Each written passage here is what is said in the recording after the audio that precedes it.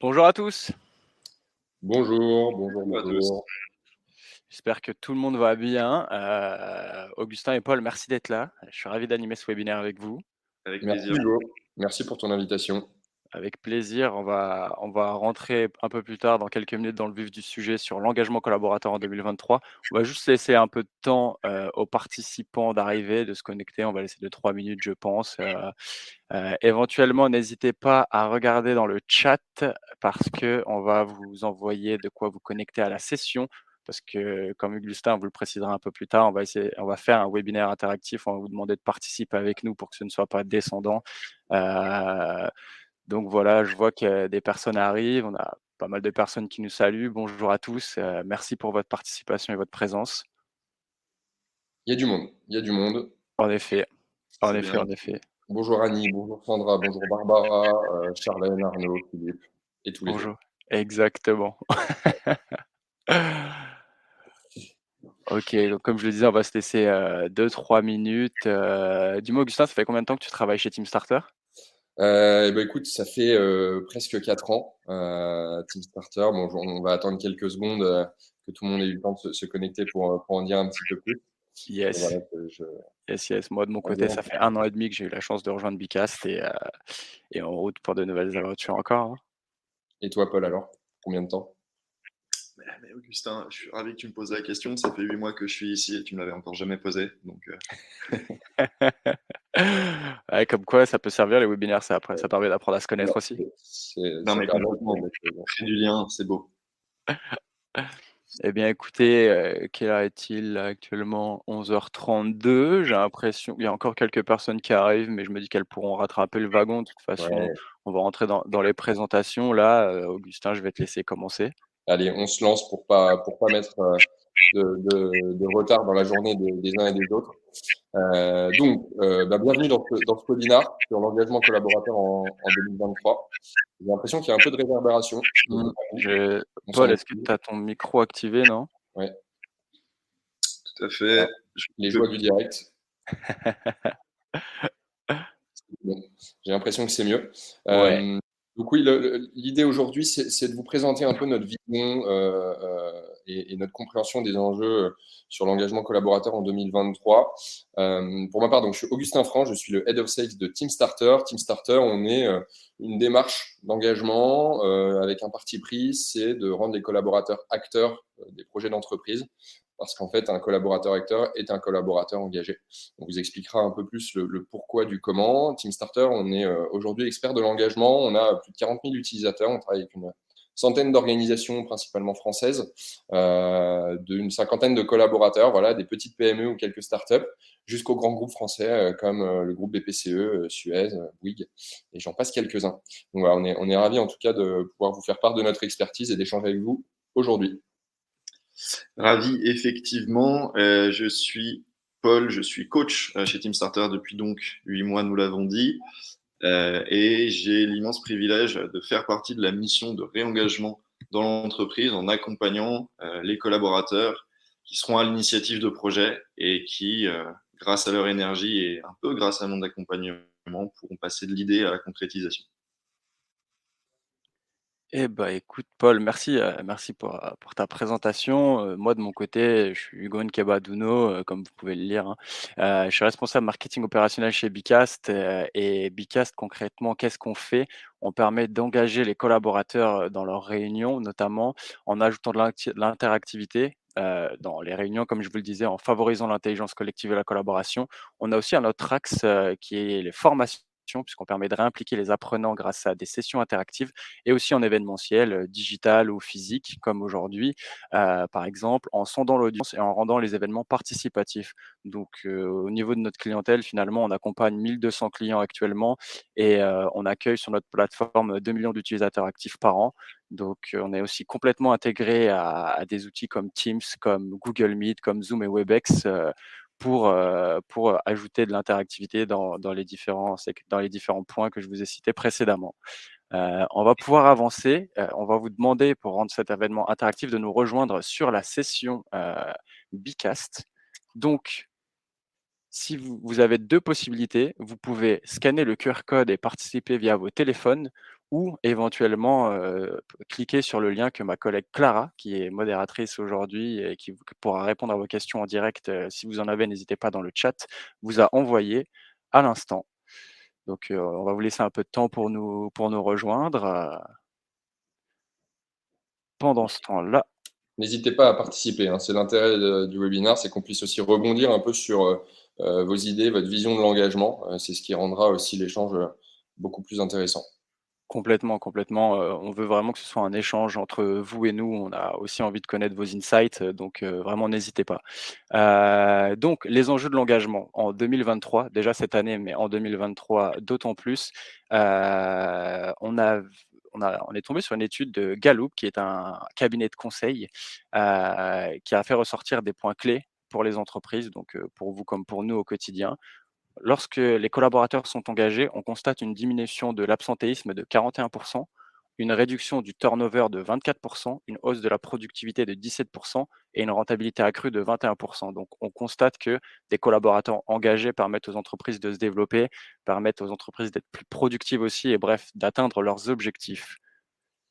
Le décor est planté. Exactement. Ça a le C'est mérite d'être exact. prêt. Donc là, comme on vous le disait, nous, ce qu'on souhaite, c'est de faire un webinaire interactif. On va vous demander de participer avec nous. En quelques mots et selon vous, qu'est-ce que l'engagement collaborateur? Donc je lance l'activité et vous pouvez ajouter des mots, voilà, et nous dire, selon vous, selon votre point de vue, en quoi consiste l'engagement collaborateur? Allez-y, lâchez-vous, il n'y a pas un nombre de mots limité. N'hésitez pas à faire part de votre vision.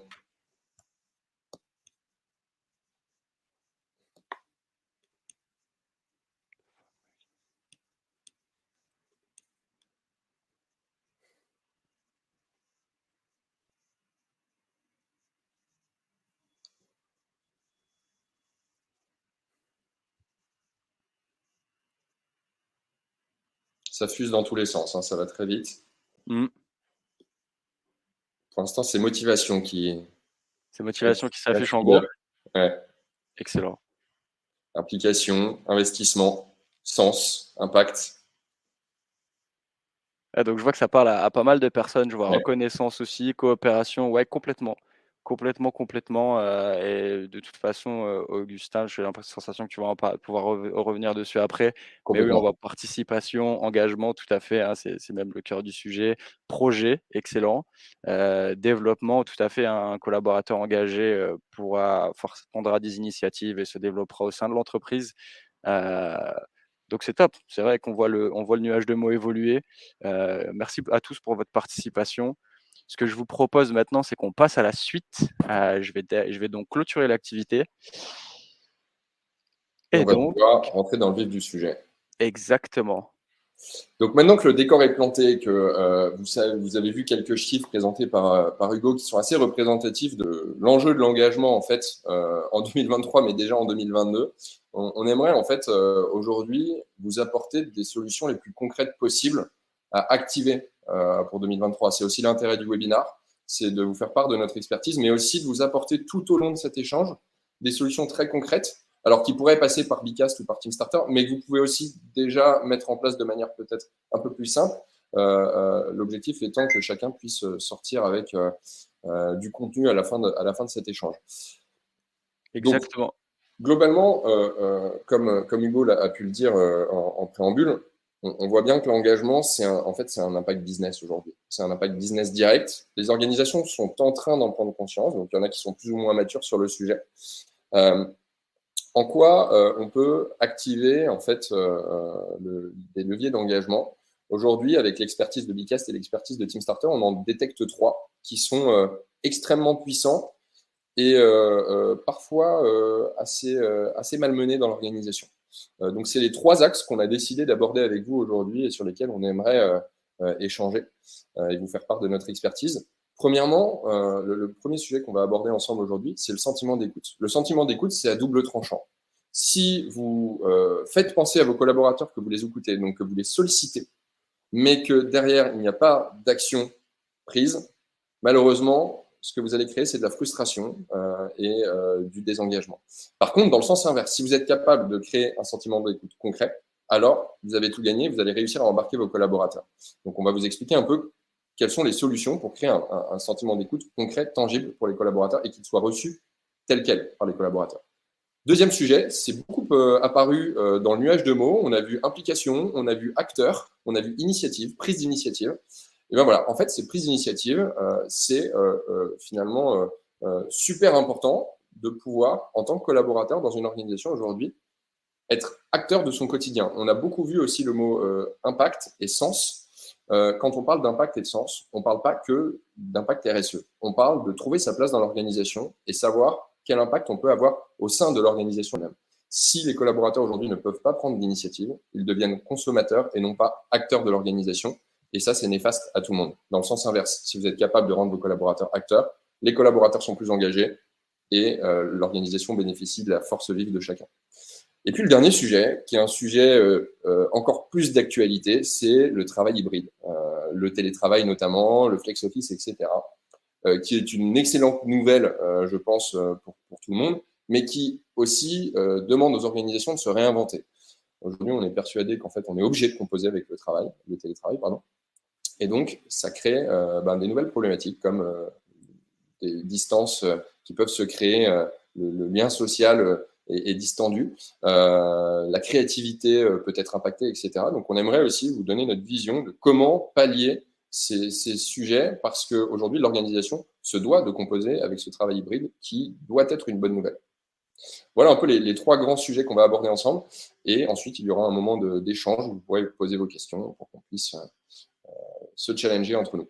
C'est parfait, Augustin. Je vais juste remettre en avant le QR code pour permettre aux personnes qui nous ont rejoints après qu'on l'ait diffusé de nous rejoindre sur la session éventuellement. Ouais. Donc voilà, vous voyez, vous avez le QR code à l'écran. Si vous voulez participer avec vos téléphones, n'hésitez pas à le scanner. Je vais le laisser à l'écran quelques secondes pour que vous puissiez nous rejoindre et que cet événement soit participatif pour tout le monde. Donc voilà. Et ensuite, Augustin, je te redonnerai la main. Hop. En tout cas, merci pour ton introduction, hein. C'est vraiment clair et je suis en phase avec toi, notamment sur le travail hybride et le fait que c'est quelque chose qu'il faille instaurer durablement, mais que ça a beaucoup d'implications, comme on le verra plus tard aussi. Ouais, en fait, ouais, c'est ce sujet-là, comme les deux précédents, soit on les saisit et ça peut devenir en fait une opportunité, soit on les saisit pas et ça peut devenir assez destructeur. Et c'est là où il y a un vrai enjeu et c'est ce qui nous anime aussi chez Team Starter. Tout à fait. Ben écoute, je vais te laisser reprendre la main pour nous parler du sentiment d'écoute. Ouais, complètement. Merci. Du coup, le sentiment d'écoute, on a deux sujets très concrets à aborder avec vous. C'est qu'aujourd'hui, en fait, comme je le disais en intro, si l'organisation fait semblant, entre guillemets, d'écouter ses collaborateurs, malheureusement, c'est extrêmement néfaste. Dans ce cas, il vaut mieux rien faire. C'est un parti pris assez fort, mais faire croire à ses collaborateurs qu'on les écoute sans qu'il y ait d'initiative derrière, sans que les collaborateurs se sentent pleinement écoutés, malheureusement, c'est extrêmement dangereux. Ça crée de la frustration et du désengagement. Il y a deux événements dans la vie d'un collaborateur dans son quotidien qui peuvent créer cette frustration. C'est les réunions à répétition dans lesquelles on ne sait même pas pourquoi on est là. C'est-à-dire 10 autour de la table et j'ai pas mon mot à dire. Donc, à quoi je sers dans cette réunion si je ne peux pas intervenir et faire part de ma valeur ajoutée. Et puis, il y a un deuxième risque dans l'organisation, c'est le syndrome de la boîte à idées sans suite. En fait, on lance une boîte à idées. Là, forcément, c'est la boîte de Pandore. Tous les collaborateurs proposent leurs idées. Et puis, à la fin de l'année, sur les 200 idées qui ont émergé, il y en a 2 qui ont été mises en place. Donc, 2 qui ont été mises en place, 198 qui n'ont pas abouti, en fait, on fait 198 frustrés et 2 satisfaits. Donc, je ne suis pas sûr qu'on soit gagnant au bout du compte. Et donc, notre objectif aujourd'hui, c'est de vous expliquer, notamment par l'intermédiaire de Bicast ou de Team Starter, comment on peut réembarquer les collaborateurs et leur montrer qu'on a vraiment envie de les écouter et que ce qu'ils nous disent est pris en compte dans l'organisation, notamment dans le pilotage des réunions par l'intermédiaire de Bicast, et comment créer une boîte à idées où finalement chacun peut donner sa chance à son idée de manière concrète. Alors justement, cet exemple de la boîte à idées, il est très bon. D'abord parce que ça fait maintenant quelques années, voire décennies, que les directions des ressources humaines y ont pensé. Euh, je tiens à souligner le fait que les directions des ressources humaines, ça fait longtemps qu'elles sont conscientes de la nécessité de devoir écouter ses collaborateurs. On réinvente pas la roue. Simplement, bah, c'est compliqué à faire. C'est compliqué à faire parce que si on veut écouter tout le monde, il faut qu'on ait un dispositif d'écoute qui soit exhaustif et qui soit efficace. Et c'est un peu de ça qu'est née la boîte à idées. Si on veut écouter tout le monde, pour que tout le monde propose des choses. Le problème de ça, c'est que bah, si on écoute tout le monde, mais que derrière, les suggestions, les idées bah, ne sont pas prises en compte et encore moins exploitées, bah, on génère de l'autocensure. Les gens sont pas bêtes. C'est-à-dire que si je propose qu'on m'écoute, mais qu'il n'y a rien qui se passe, bah, je vais arrêter de proposer. En fait. Et ça, pour l'engagement, c'est terrible. Parce que si des collaborateurs se disent bah, ça sert à rien que je parle, là, en termes d'engagement, on n'est pas bien. On n'est pas bien. Donc nous, on est parti un petit peu de ce constat-là pour se dire bah oui, on va conserver un dispositif d'écoute exhaustif, on va écouter tout le monde. Simplement, on va mettre en place quelque chose qui va permettre de mettre en place des choses, déjà, ce qui est une grande évolution par rapport à ce qu'on avait avant, mais des choses qui vont être décidées par les collaborateurs. C'est-à-dire qu'avant, on avait une boîte à idées, 200 idées, et finalement, le COMEX, dans cet immense nuage d'idées, se dit, bon, bah, on ne sait pas vraiment quoi prendre, on ne sait pas vraiment comment s'y prendre, donc bah, on va décider de mettre ça en place. Et c'est ce que j'aime bien appeler le syndrome du baby-foot. Le syndrome du baby-foot, c'est une direction des ressources humaines, une direction qui sont vertueux, comme d'habitude, et qui se disent, bah voilà, il faut bien qu'on fasse un geste, il faut bien qu'on avance dans cette envie des collaborateurs d'être engagés. Donc, on va leur trouver un petit quelque chose. Et souvent, ce petit quelque chose, ça prend la forme d'un baby-foot. Le problème de ça, c'est que bah, peut-être que les collaborateurs, ils n'ont pas ni envie ni besoin d'un baby-foot. Peut-être qu'ils ont envie de totalement autre chose. Et c'est ça le problème. C'est ça le problème, parce que si on propose quelque chose alors qu'il n'y a pas d'envie devant, bah déjà on loupe une opportunité d'accéder à une envie.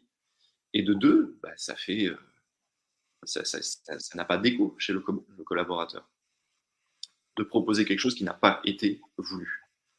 Donc voilà, nous, pour résumer, notre philosophie, c'est pas de vous aider à atteindre une cible dans le noir, c'est de faire en sorte que le collaborateur dise, bah voilà, moi j'ai une idée, voilà ce qui nous ferait plaisir, voilà ce qui nous permettrait d'être plus engagés, et moi, collaborateur, je me mets en marche pour gérer un projet autour de cette solution-là. Alors, c'est beaucoup de mots, beaucoup d'idées. Concrètement, bah, à quoi ça ressemble?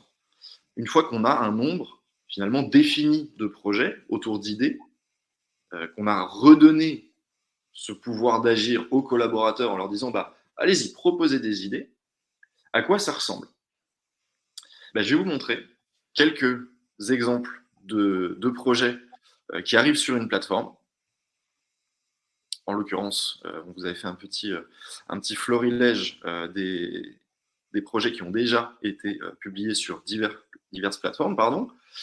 De quoi on s'aperçoit? Bah déjà, on a un nombre qui est raisonné de projets sur des thématiques qui ont été définies en amont avec la direction. La thématique RSE, c'est un grand classique. Ça peut être de la qualité de vie de travail, ça peut être tout simplement de la cohésion, ou, un peu plus précis, des dispositifs d'apprentissage en interne. Donc déjà, on a un nombre de projets qui est défini, qui est pilotable. Ensuite, on a des porteurs de projets qui sont motivés, forcément, puisque ce sont eux qui sont à l'initiative des idées et des projets. Et non seulement ils sont motivés, mais en plus, il y a des gens comme moi, chez Teamstarter, qui sommes là pour accompagner ces projets, pour qu'ils aillent jusqu'au bout et pour qu'ils soient contents, qu'ils soient satisfaits de porter leur projet. Ça, c'est hyper important. Je considère que j'ai bien fait mon travail quand il y a un projet qui est mis en place, qui est mené à terme, mais surtout qu'on a un porteur de projet qui est enrichi, qui est plus engagé, qui a appris quelque chose et qui a suivi une bonne expérience. Et enfin, bah, finalement, les collaborateurs qui n'ont pas portée de projet, mais qui voient bien que le projet a été publié sur la plateforme, bah, eux, ils ont la possibilité de contribuer, de s'inscrire en tant que participant, puisque bah, une grande force de TeamStarter, c'est cette plateforme de financement participatif qui permet à n'importe quel collaborateur, avec du budget alloué par l'entreprise, de dire, bah, voilà, moi, ce projet de course contre la faim, ça me plaît bien, j'ai envie de participer, j'ai envie de contribuer, je vais financer un petit peu, et comme ça, bah, on va arriver à financer et on va arriver à le mettre en place. Ça, c'est la grande force du financement participatif. Voilà, dans les grands principes, les projets, ça engage forcément, puisque les collaborateurs redeviennent acteurs, chacun à leur échelle, de leur entreprise. Et de fait, bah, ça renforce le lien. Il y a des gens qui se connaissent, il y a des gens qui apprennent à se connaître. C'est de la part de l'entreprise une forme de reconnaissance de la créativité des collaborateurs. Et c'est surtout une grande marque de confiance. Puisque si moi, entreprise, je te dis à toi, collaborateur, je te fais confiance pour, un, porter un projet et deux, avoir un budget qui est alloué à ce projet, bah, c'est un très grand signe de confiance. C'est très bon. Et ça, bah, il n'y a pas de secret, mais ça améliore la productivité, tout simplement. Et en termes de productivité, je crois que chez Bicast, vous avez bien compris le sujet. Écoute, ouais, tout à fait, merci. Moi, je me dis, en voyant tout ça que ça peut être hyper intéressant d'implémenter chez Bicas parce on a plein de projets en interne, qu'on aimerait faire vivre et ce que vous proposez là, ça a l'air top. En parlant de productivité, ma foi, c'est vrai qu'on s'est rendu compte que, il y avait des vecteurs au manque de productivité liés à l'engagement et notamment, qu'il y avait un temps global improductif en réunion, comme tu pouvais en parler, tout à l'heure, Augustin. Donc, c'est le cas dans pas mal d'entreprises. On a déjà tous assisté à une réunion en se posant la question de l'intérêt de notre participation ou assisté à une réunion très descendante ou encore eu un sentiment d'inachevé car aucune décision avait été prise, on n'avait pas statué sur un point précis à la fin du meeting. Donc, le but derrière tout ça, pour éviter ce genre de pratique, c'est de mettre en place justement des bonnes pratiques. Donc, ça va être de s'assurer que tout le monde est nécessaire dans la réunion, que les participants qui sont là ont une réelle plus-value pour éviter de leur faire perdre leur temps à eux, mais aussi éventuellement de poser des questions pour contextualiser ou autre. Vraiment se contenter d'inviter des participants qui auront une plus-value à cette réunion. Derrière, bien évidemment, il y a définir un ordre du jour pour que tout le monde puisse réfléchir soit en amont de la réunion, soit garder le cap pendant cette réunion. Derrière, il va falloir préparer une décision à arbitrer. Comme ça, au sortir du point, tout le monde pourra se mettre en action. Et surtout, il va falloir créer un plan d'action, enfin pas surtout, mais par la suite, il va falloir créer un plan d'action et un compte rendu pour que tout le monde ait le même niveau d'information et que l'information ne se perde pas à la fin de la réunion. Donc d'un point de vue opérationnel, Nubicast, comment est-ce qu'on répond à ces problématiques? Finalement, vous allez pouvoir uploader vos contenus, vos présentations, qu'elles soient PowerPoint, Google Slide ou autres, sur la plateforme comme vous le voyez actuellement. Derrière, vous allez pouvoir ajouter des modèles d'activité pour vos sessions de brainstorming et les partager avec votre équipe de manière asynchrone, c'est-à-dire avant la réunion pour engager et faire en sorte que les participants ajoutent leurs idées pour gagner du temps lors de la réunion. Mais quand ce n'est pas possible ou quand vous en avez décidé autrement, vous pouvez aussi le faire de manière synchrone, c'est-à-dire que tout le monde participera en temps et en heure pendant la réunion. Par la suite, ce qu'il faut savoir, c'est qu'un compte rendu est envoyé automatiquement aux participants et ceci permet à tout le monde d'avoir le même niveau d'information. Donc, si je passe à la suite, derrière cette mise en action, c'est très important d'encadrer ses collaborateurs, mais ce que vous allez vouloir aussi, c'est de faire en sorte qu'ils soient preneurs d'initiative. Donc la prise d'initiative, c'est un des vrais enjeux et qui découle de l'engagement aussi. Donc quels sont les enjeux de la prise d'initiative? Finalement, c'est d'avoir des collaborateurs qui ont confiance en eux. Comme ça, ils deviendront force de proposition et indépendants. Ils auront plus confiance en eux, ils révéleront leur potentiel et deviendront intrapreneurs, ce qui donnera de la prise d'initiative. Ils auront pour objectif de faire avancer l'entreprise tout en se sentant confiants. Ils pourront prendre de nouvelles initiatives. Derrière, ça va développer le sentiment d'appartenance. Et on sait que actuellement, c'est un des grands enjeux pour les entreprises, c'est fidéliser les talents, notamment avec un contexte en 2023 où le marché du travail est amené à se tendre. Il va vraiment falloir fidéliser ces talents. Comment faire ceci? Comment faire pour que vos collaborateurs prennent des initiatives? Eh ben, dans un premier temps, ça passe par de la reconnaissance. En effet, un collaborateur qui a des succès, il faudra ne pas hésiter à reconnaître ses succès pour lui donner confiance en lui. Derrière, le but va être de rendre ces acteurs, ses collaborateurs, plutôt acteurs du processus de décision.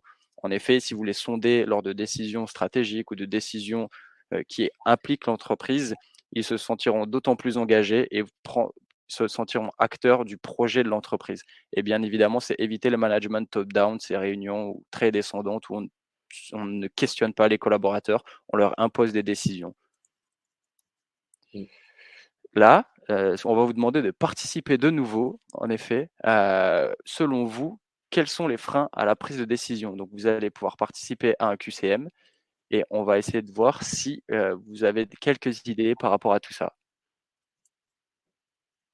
Donc, est-ce que selon vous, c'est la lourdeur administrative?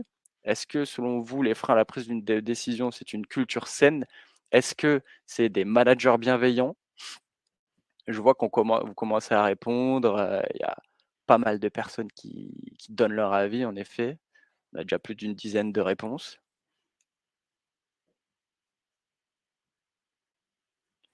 Et qu'est-ce qui se dégage? Finalement, on voit que c'est la lourdeur administrative. Ouais, on est tous passés par ces entreprises où il y avait, une quinzaine de strates à valider pour faire valider son projet, finalement.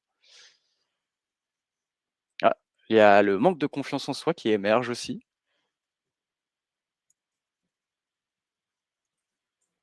Eh ben, écoutez, on a une cinquantaine de réponses. Merci à tous, de participer avec nous. Je vais en profiter pour clôturer l'activité. Et voici, et donc en effet, les freins à la prise de décision en partie sont la lourdeur administrative ainsi que le manque de confiance en soi. Je vais laisser Augustin prendre la suite. Ouais, non, c'est intéressant de voir les réponses. La lourdeur administrative a clairement été identifiée par toutes et tous comme le principal frein. Vous avez pas tort, mais c'est pas l'unique frein. En fait, il y en a énormément des freins à la prise d'initiative. Je voyais dans le chat tout à l'heure une certaine Florence qui demandait en fait comment on sait, comment on fait pour répondre en fait aux attentes des collaborateurs. En fait, c'est assez simple comme réponse. C'est la réponse de Paul. Il participait notamment, c'est que pour répondre aux attentes des collaborateurs, le meilleur moyen de le faire, c'est que ce soit les collaborateurs qui puissent répondre eux-mêmes à leurs propres attentes. Et ça passe par les rendre acteurs, en fait. Et donc, leur donner cette fameuse initiative. Sauf que les freins dont on est en train de parler maintenant les empêchent de répondre à cette initiative. Donc, pourquoi je dis ça? Parce que c'est directement lié à l'engagement. S'il y a des freins à la prise d'initiative, je ne peux pas être acteur de mon quotidien d'organisation, je ne peux pas répondre moi-même à mes attentes, et donc finalement, je suis frustré et désengagé. Les freins à la prise d'initiative, aujourd'hui, souvent, ils sont existants et extrêmement faciles à lever. La lourdeur administrative, c'en est un. La complexité organisationnelle, donc là, on peut penser soit à une organisation très centralisée, à une organisation très top-down. Voilà, le poids de la hiérarchie est assez destructeur dans l'initiative. Voilà, si en tant que collaborateur, concrètement, je dois aller défendre mon projet auprès de mon N+1 qui doit le défendre auprès de son N+2, N+3 et ainsi de suite jusqu'au COMEX, forcément, il n'y a que les plus téméraires, les 5 collaborateurs les plus téméraires qui vont proposer leur idée. Et puis, il y a aussi tous les freins liés à l'autocensure. Alors ça, je vous la donne en mille, c'est le pire, c'est le plus destructeur et pourtant peut-être le moins tangible et le moins identifiable. C'est finalement, plutôt côté collaborateur, la question de se dire, est-ce que je suis légitime à proposer cette idée? Est-ce que je vais savoir faire? Est-ce que je vais avoir le temps? Comment vais-je être jugé par mes collègues et par le management, etc. Et donc, si on ne crée pas un environnement de confiance, un environnement encourageant pour les collaborateurs à proposer leurs idées, malheureusement, ils ne se l'autorisent pas. Ils ne s'autorisent même pas à réfléchir à leurs idées. Et donc, l'enjeu ici est de créer un environnement propice à la prise d'initiative pour que tout un chacun puisse proposer en fait ses idées pour améliorer en fait son quotidien dans l'organisation. Donc, ça passe par rendre la prise d'initiative simple, donc pouvoir agir vite et sans se frotter à de multiples étapes pour pouvoir mettre en œuvre son idée. Ça passe par du bottom-up. En fait, si on veut répondre aux attentes des collaborateurs, il faut que ce soit eux, absolument, qui puissent faire part de leurs idées.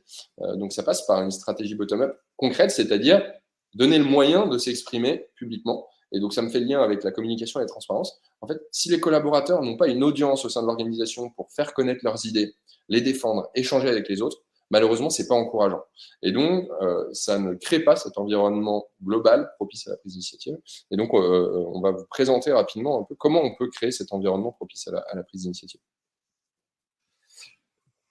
Merci Augustin. La prise d'initiative, elle se fait d'autant mieux qu'on a un cadre et qu'on a des outils avec un fonctionnement qui est très clair. Si on sait que ça va aller jusqu'au bout et de manière simple et efficace, soudainement, c'est bien plus simple de prendre des initiatives. Et nous, ce qu'on propose assez rapidement, c'est un canevas de projet qui est par défaut très simple. C'est quoi le sujet? Comment on va s'y prendre? C'est quoi le budget? C'est quoi les délais de mise en place? Qu'est-ce qu'il faut savoir? Et on déroule. C'est vraiment important, cette idée de frugalité. Et c'est pas un hasard si on a passé la barre des 4000 projets mis en place il y a 2 semaines. C'est que justement, cette approche très frugale, elle fonctionne très bien. Elle fonctionne très bien. Et ce dont on s'est aperçu assez rapidement, c'est que même si Team Starter a été lancé en pleine période de Covid et qu'on était essentiellement sur du 100% distanciel, au fur et à mesure que les gens reviennent dans les bureaux, les projets Team Starter, ça permet aux gens d'avoir envie, curieusement, de revenir dans les bureaux. Parce que qui dit projet en présentiel dit c'est mieux si on est là. Et sur le sujet, on a un peu réfléchi. Je crois que chez Bicast, vous avez même beaucoup réfléchi sur ce sujet de travail hybride.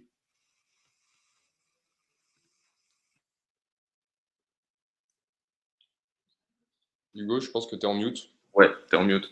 Tout à fait, oui, tout à fait, tout à fait. Me revoici, me revoilà. Excusez-moi pour ce ce petit point où on ne m'entendait plus. Comme je le disais et merci pour l'introduction Paul, puisque oui, en effet, on s'est vraiment intéressé au travail hybride, c'est un de nos domaines d'expertise. On a d'ailleurs réalisé, en novembre, là, une étude avec OpinionWay sur plus de 1000 cadres et on en a fait ressortir, pas mal de choses sur les habitudes des cadres dans un monde hybride, à savoir ils télétravaillent en moyenne 2 jours par semaine, que 80 d'entre eux veulent maintenir cette organisation en 2023, mais cependant 86 d'entre eux estiment que c'est un challenge au quotidien. Ça implique donc de repenser les pratiques managériales, ça implique donc aussi d'avoir des outils, notamment, comme Team Starter pour, créer des projets ensemble et maintenir le lien et faire aboutir ces projets, comme Bicast finalement pour pouvoir être productif, pendant ces réunions ou autres. Si je me rappelle bien, 60 des cadres des managers, pardon, souhaitent utiliser ou utilisent déjà des outils collaboratifs. Donc, on voit qu'il y a une vraie tendance sur ce genre d'outils.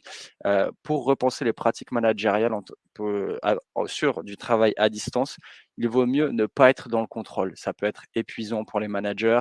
Il vaut mieux être accompagner ses collaborateurs, leur faire prendre confiance en eux pour qu'ils prennent des décisions seuls.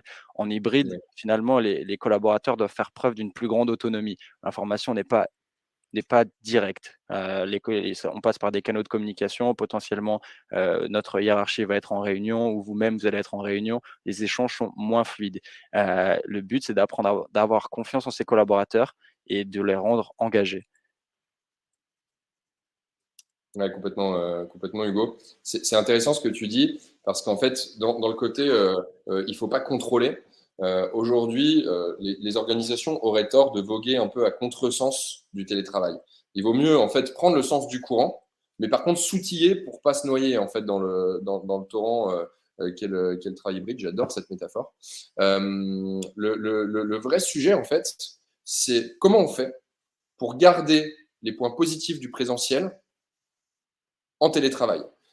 Quels sont les points positifs du présentiel? C'est déjà le lien social. L'organisation, c'est pas que le travail, c'est rencontrer des gens, trouver sa position dans la société.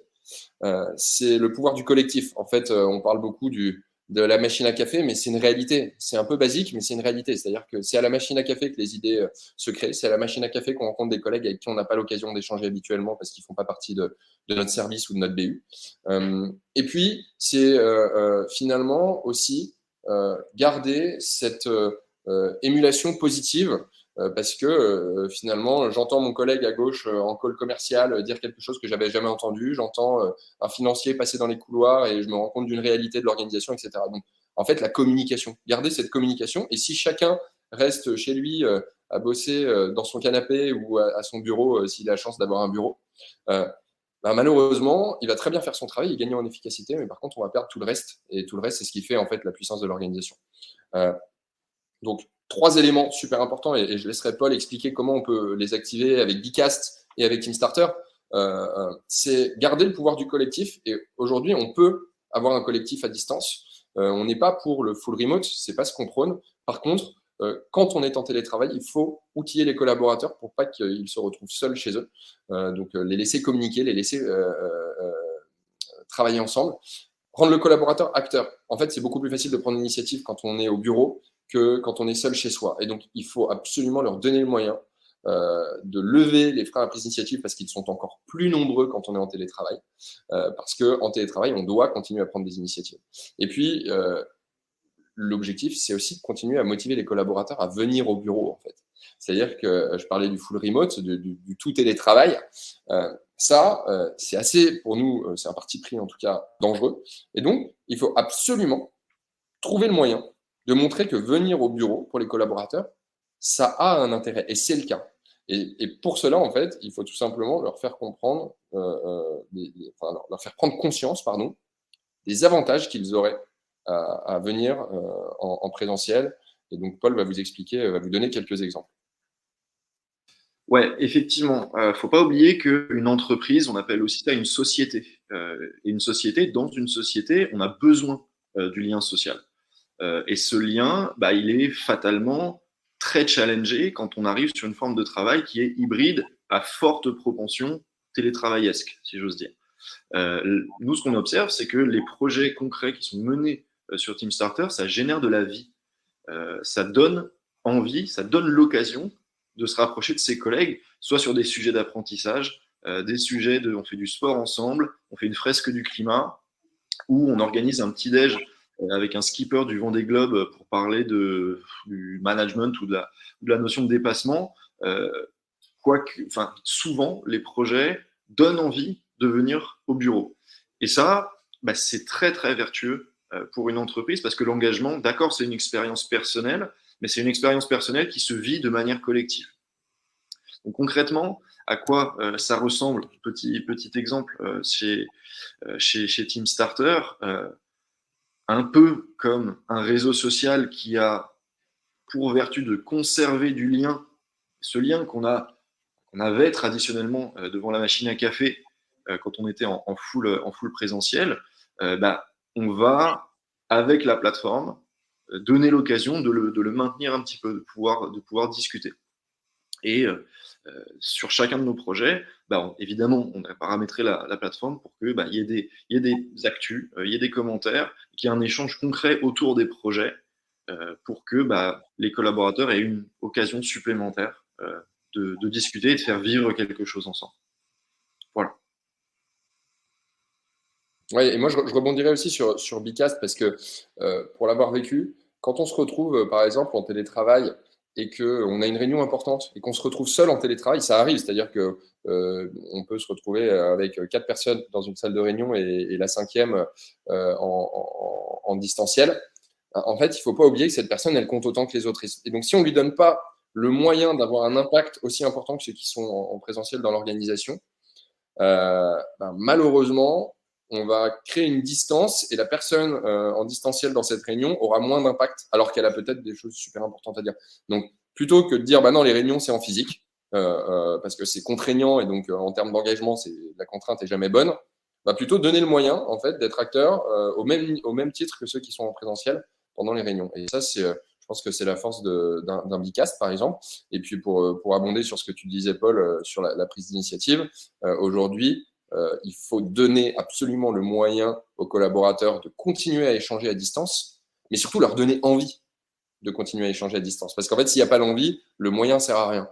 Et donc, leur donner le moyen de prendre des initiatives qui les motivent, ça va être une bonne excuse pour ensuite échanger et garder ce lien social qui, en fait, est finalement le moteur de la société.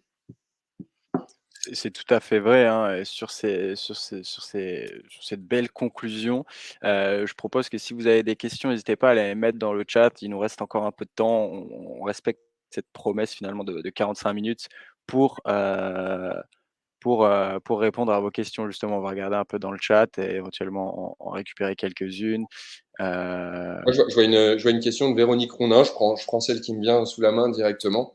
Yes. Partager une expérience perso dans le pro. Est-ce qu'on arrive à conserver l'équilibre perso et pro et à ne pas dépasser les limites? En fait, nous, on a une vision assez claire là-dessus. C'est qu'on ne forcera jamais personne à partager une expérience perso dans le pro. on donne l'opportunité de le faire. On donne l'occasion sur la base du volontariat de le faire. Et ça change tout. Parce que celui qui a envie de garder cette limite peut le faire. Par contre, la réalité, et c'est ce qu'on voit chez Team Starter, c'est quand on donne le moyen aux collaborateurs de s'impliquer dans des initiatives qui sont au départ personnelles, mais qu'on leur donne le moyen d'amener cette initiative personnelle au sein de l'organisation, eh bien, ils le font. Aujourd'hui, on a accompagné plus de 4000 projets. Ces 4000 projets, à chaque fois, ça part d'une idée personnelle et les collaborateurs sont plutôt fiers de pouvoir la représenter dans l'organisation et fiers que l'organisation leur donne le moyen de porter cette initiative. Donc, la limite pro-perso, c'est plutôt dans la charge de travail, dans la charge mentale. Mais par contre, pouvoir apporter sa singularité dans l'organisation, ça, je pense qu'en termes d'engagement, on ne peut pas faire plus puissant.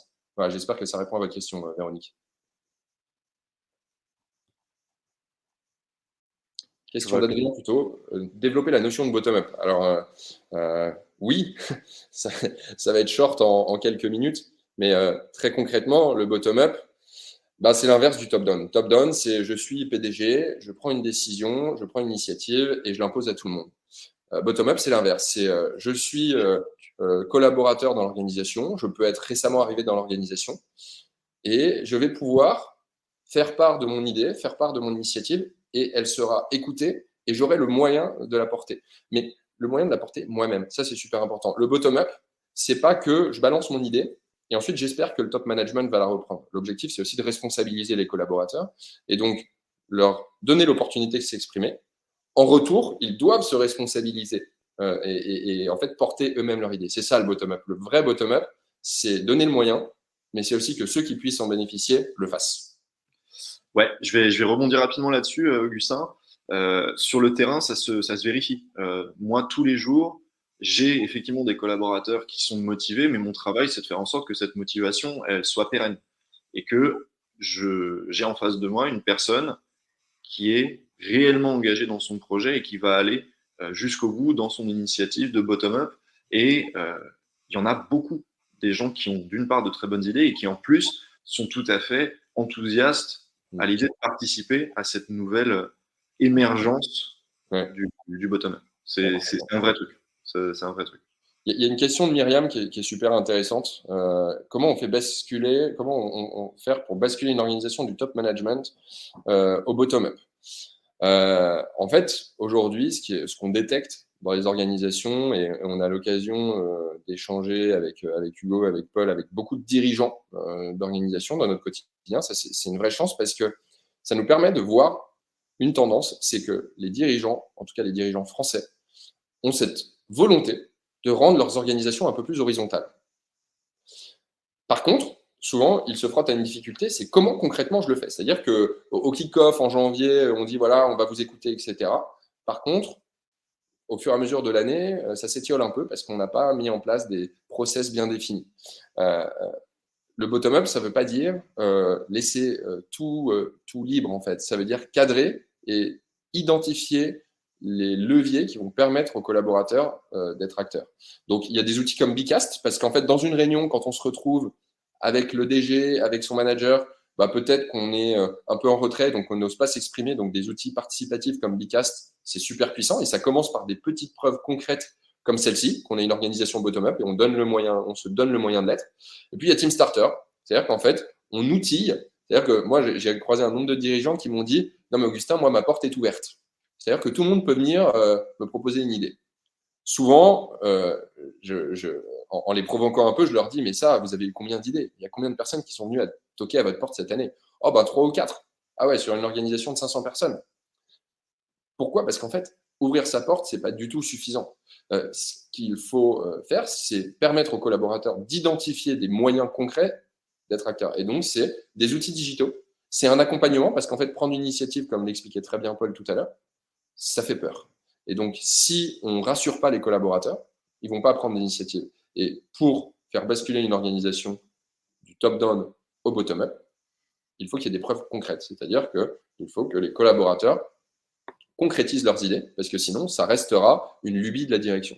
Et donc, pour que ces idées se concrétisent, on va les accompagner, on va les outiller pour faire en sorte que déjà ils soient en confiance et proposent leurs idées, mais surtout que leurs idées aboutissent dans l'organisation. Je vais compléter rapidement cette réponse. En fait, on ne fait pas basculer une organisation du top management au bottom-up. Pour moi, les deux sont très complémentaires. Une entreprise, c'est un projet qui est bilatéral. C'est pas ça 100% du haut ou 100% du bas. Avec Team Starter, ce qu'on fait, c'est qu'on redonne, on permet de rééquilibrer un petit peu avec la force qui vient du bas. Et on est dans de la conduite du changement pur et dur, mais on s'attaque à quelque chose de culturel qui est séculaire, a fortiori en France, et ça se fait petit à petit. Donc il n'y a pas de basculement à proprement parler, on va plutôt parler de rééquilibrage, et de fait, ça se fait très bien parce que le lien entre les collaborateurs et la direction se fait de fait avec le portage de projet. Enfin, je ne sais pas si ça vous permet de mieux comprendre la réponse. Si, en effet, c'est clair, hein. Tu parlais de conduite du changement, je l'ai pas évoqué, mais c'est quelque chose qu'on développe chez Bicast aussi, notamment avec des projets de transformation. On a accompagné, une grosse entreprise là récemment sur ce sujet. Elle voulait déployer un plan stratégique sur 21 antennes dans toute la France et elle cherchait un accompagnement sur l'impact du message. C'est-à-dire qu'on a pu développer des sessions dans ces différentes antennes, les envoyer de manière asynchrone pour que tout le monde participe, donne son avis et ils ont pu étudier les résultats ensuite. Donc, ça leur a permis de définir l'impact de ces réunions finalement qui étaient faites de manière descendante, mais aussi chacun de son côté, pour globaliser les résultats et pouvoir aller vers l'avant. Donc, comme vous le disiez, en effet, développer l'engagement, ça se fait en bottom-up, mais ça se fait aussi de manière générale et c'est bilatéral dans une entreprise. Donc, je vois qu'il est 12h16. J'ai l'impression qu'on est pile poil dans les temps. Je ne sais pas ce que vous en pensez, Paul et Augustin. On est dans le tempo. Je vois qu'il y a les premières personnes qui commencent à nous quitter. Donc, je pense qu'on peut s'arrêter là. En tout cas, si certains ou certaines d'entre vous souhaitent poursuivre la discussion, n'hésitez pas à nous contacter. Vous pouvez vous connecter avec nous sur LinkedIn, par exemple, ou venir nous contacter sur nos sites internet respectifs. On sera vraiment ravis de pouvoir continuer à échanger, de challenger, et puis voir si on peut vous aider, bien évidemment. Ce sera avec plaisir. C'est vrai qu'on vous accompagnera avec plaisir. Merci à tous pour votre participation et à bientôt, peut-être, si vous décidez de revenir vers nous. Et puis merci Merci. beaucoup pour ta participation et ton invitation. C'était un plaisir de Et merci à faire vous cette 2 avec toi. aussi pour votre participation. C'est un plaisir d'avoir animé et préparé ce webinaire avec vous. Merci à toi, Hugo. Au revoir. À bientôt.